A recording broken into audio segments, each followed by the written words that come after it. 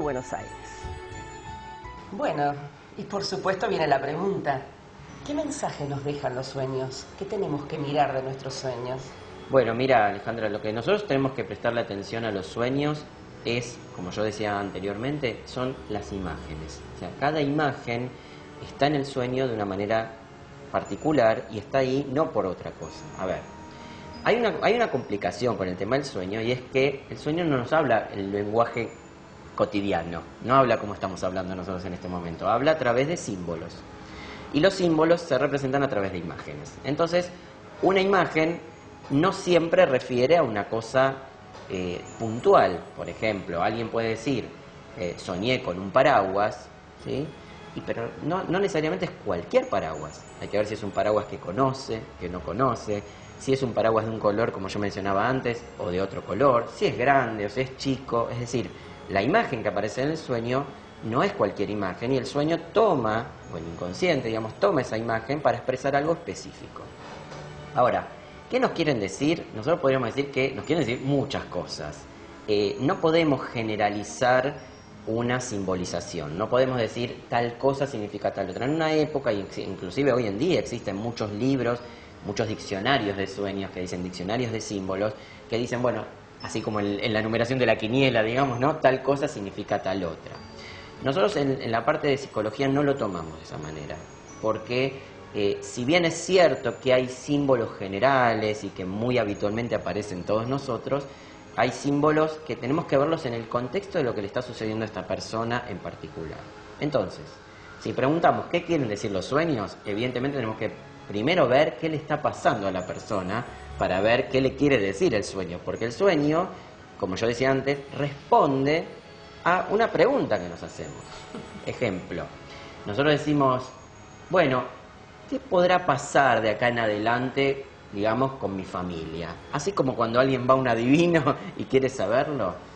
Bueno, el sueño quizás nos responde de alguna manera en ese sentido. No es una cosa directa, no es lineal, pero sí nos puede llegar a responder de manera simbólica, y por eso es bueno tener a alguien que nos ayude a interpretar el sueño.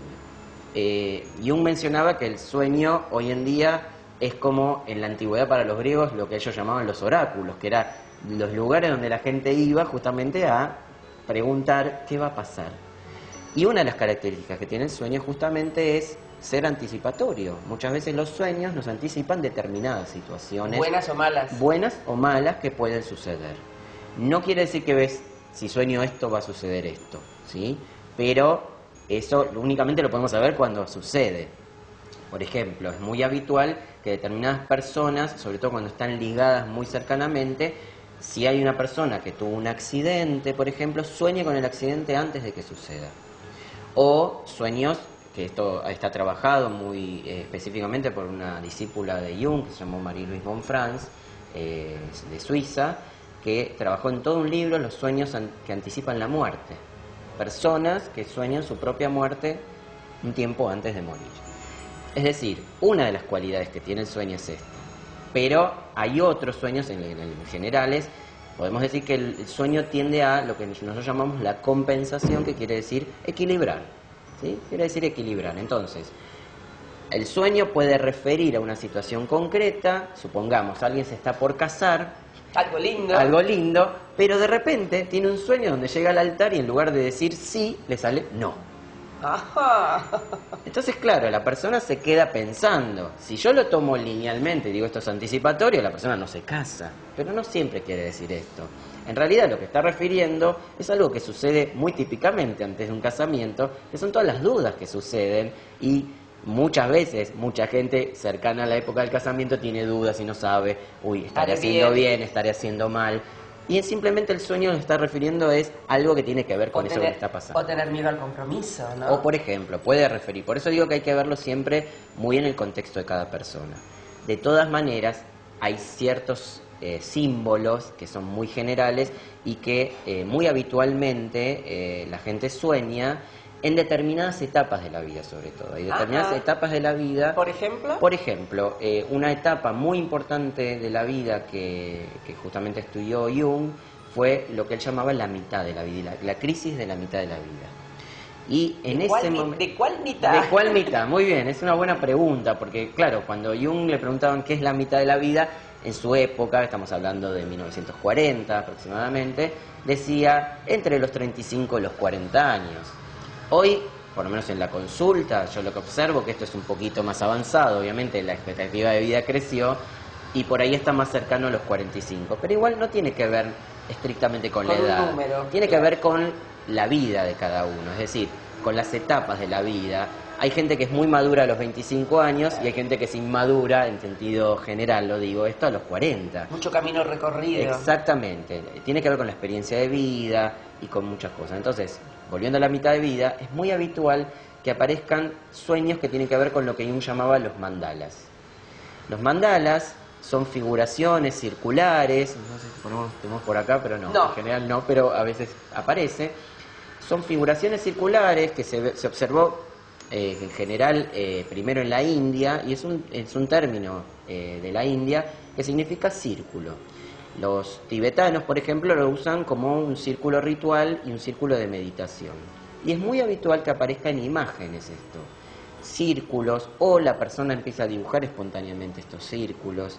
Es un tema bastante amplio el de los mandalas, pero ¿qué están marcando?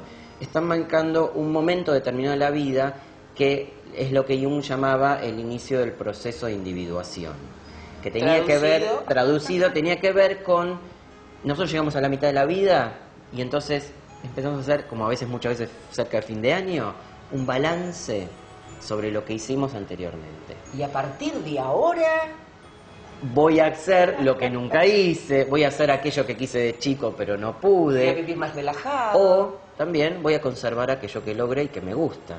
Claro. Es decir, es un momento donde la persona se plantea, y acá en los sueños tiene mucho que ver, porque hay mucho planteo de parte de los sueños de estas situaciones, qué cosas dejar, qué cosas seguir sosteniendo y qué cosas recuperar de aquello que quedó por ahí de la niñez o de la infancia.